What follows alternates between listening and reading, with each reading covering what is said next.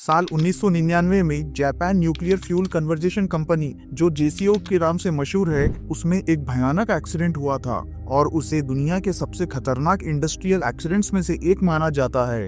ये एक्सीडेंट इतना बड़ा था कि इससे काफी लोगों की जान गई और बहुत ज्यादा लोग जख्मी भी हो गए। जोयो रिएक्टर एक एक्सपेरिमेंटल प्रोजेक्ट था जिसका मकसद न्यूक्लियर एनर्जी का ज्यादा बेहतर तरीके से इस्तेमाल करना था। इस रिएक्टर में न्यूक्लियर फ्यूल को इस तरह से यूज किया जाता है कि वो एनर्जी जनरेट करे जो फिर टरबाइंस को चलाने के लिए इस्तेमाल होता है।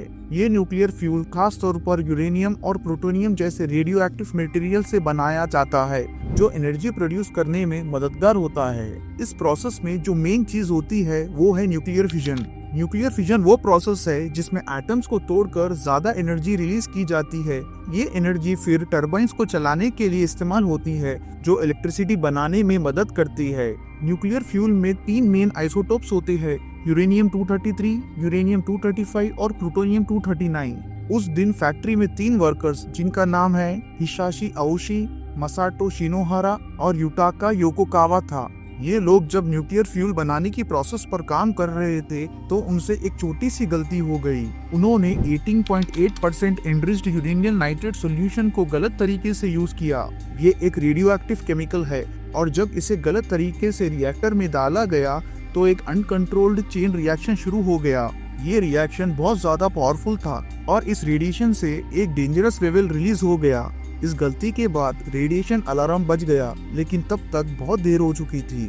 वर्कर्स ने इमीडिएट एक्शन लेने की कोशिश की, लेकिन वो पूरी तरह से सेफ नहीं हो सके। ये एक्सीडेंट इतना खतरनाक था कि इन वर्कर्स को हॉस्पिटल भेजा गया और जब उनका मेडिकल एग्जामिनेशन किया गया तो पता चला कि उनके बॉडीज में रेडिएशन का लेवल बहुत हाई हो गया। हिसाशी अकोची को 17 सीवर्ट्स की रेडिएशन मिली, मसाटो शिनोहारा को 10 सीवर्ट्स और युटाका योकोकावा को 3 सीवर्ट्स की रेडिएशन मिली। चलिए जानते हैं ये सीवर्ट्स होता क्या है। जिस तरह से हाइट मापने के लिए सेंटीमीटर यूज किया जाता है और वेट मापने के लिए ग्राम, उसी तरह एक बायोलॉजिकल बॉडी ने कितनी तरह की रेडिएशन अब्सॉर्ब की है उस यूनिट को सीवर्ट कहा जाता है। ये लेवल्स इतने हाई थे कि इन्हें समझना बहुत जरूरी है। एक एवरेज अमेरिकन को हर साल 6.2 मिली सीवर्ट्स की रेडिएशन मिलती है जो मोबाइल फोन्स और इलेक्ट्रॉनिक डिवाइसेस से होती है। इस वजह से हिसाशी अकोशी को उस वक्त दुनिया का सबसे ज्यादा रेडियो एक्टिव इंसान माना गया था। जब हम हिसाशी अकोशी के रेडिएशन एक्सपोजर को समझते हैं तो इसे हम हिरोशिमा एटॉमिक बॉम्ब के साथ कंपेयर कर सकते हैं। हिरोशिमा में जब बॉम्ब गिरा था तो उसके आसपास जो लोग थे उनको बहुत ज्यादा रेडिएशन मिली थी, लेकिन हिसाशी ने उस सेम रेडिएशन को अपने बॉडी में अब्सॉर्ब किया था सिर्फ कुछ सेकंड्स में। इसका मतलब ये था कि हिसाशी की बॉडी में जो रेडिएशन गई, अगर हम इस एक्सपोजर को समझे तो हिसाशी ने 2740 टाइम ज्यादा रेडिएशन अपने बॉडी में अब्सॉर्ब की थी।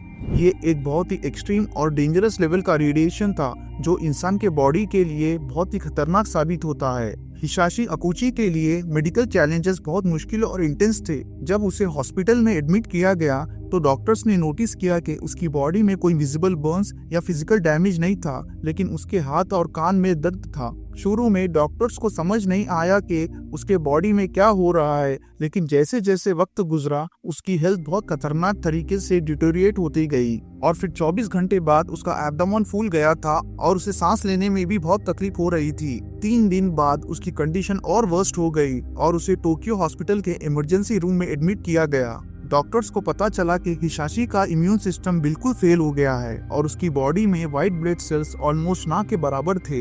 ये रेडिएशन एक्सपोजर उसके बोन नैरो और क्रोमोसोम्स को डैमेज कर दिया था। इससे उसकी बॉडी की नॉर्मल फंक्शनिंग रुक गई थी और उसके ऑर्गन्स फेल होने लगे। एक्सीडेंट के 2 महीने बाद उसे पहला हार्ट अटैक आया, लेकिन डॉक्टर्स ने उसे रिवाइव कर लिया। इसके बाद भी उसकी हेल्थ कंटिन्यूअस डिक्लाइन करती रही। हिसाशी एक्सट्रीम थर्स्ट का शिकार हो गया था, लेकिन पानी पीने के बाद भी उसकी प्यास नहीं बुझ रही थी। इसके अलावा उसकी स्किन पूरी तरह से डैमेज हो गई थी और वो बहुत पेनफुल कंडीशन से गुजर रहा था। 21 दिसंबर की रात को उसे दूसरा हार्ट अटैक आया, मगर इस बार उसे डॉक्टर्स बचा ना सके और मल्टीपल ऑर्गन फेल्यूर की वजह से उसकी मौत हो गई। जब फैक्ट्री में ये खतरनाक एक्सीडेंट हुआ तो उसके बाद कंपनी और लीगल अथॉरिटीज ने इस पर सीरियस एक्शन लिया। जेसीओ फैक्ट्री के ऑफिशियल्स को बहुत ज्यादा क्रिटिसिज्म का सामना करना पड़ा और ये पता चला कि ये एक्सीडेंट नेग्लिजेंस की वजह से हुआ था और कोर्ट ने 6 ऑफिशियल्स को गिल्टी ठहराया। सितंबर 2000 में कंपनी ने $121 मिलियन का कंपनसेशन दिया जो लोग इस एक्सीडेंट में शामिल थे।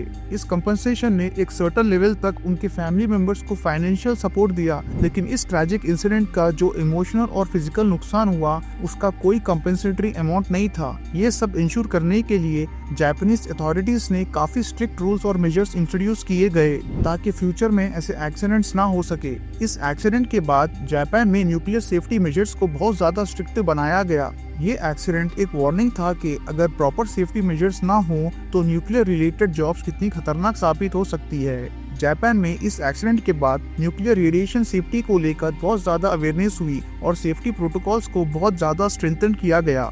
सबसे पहले पर्सनल प्रोटेक्टिव इक्विपमेंट का यूज बहुत जरूरी बन गया, जिसमें रेडिएशन शील्ड्स, प्रोटेक्टिव क्लोथिंग और रेस्पिरेटरी गियर शामिल थे जो वर्कर्स को रेडिएशन के डायरेक्ट एक्सपोजर से बचाता है।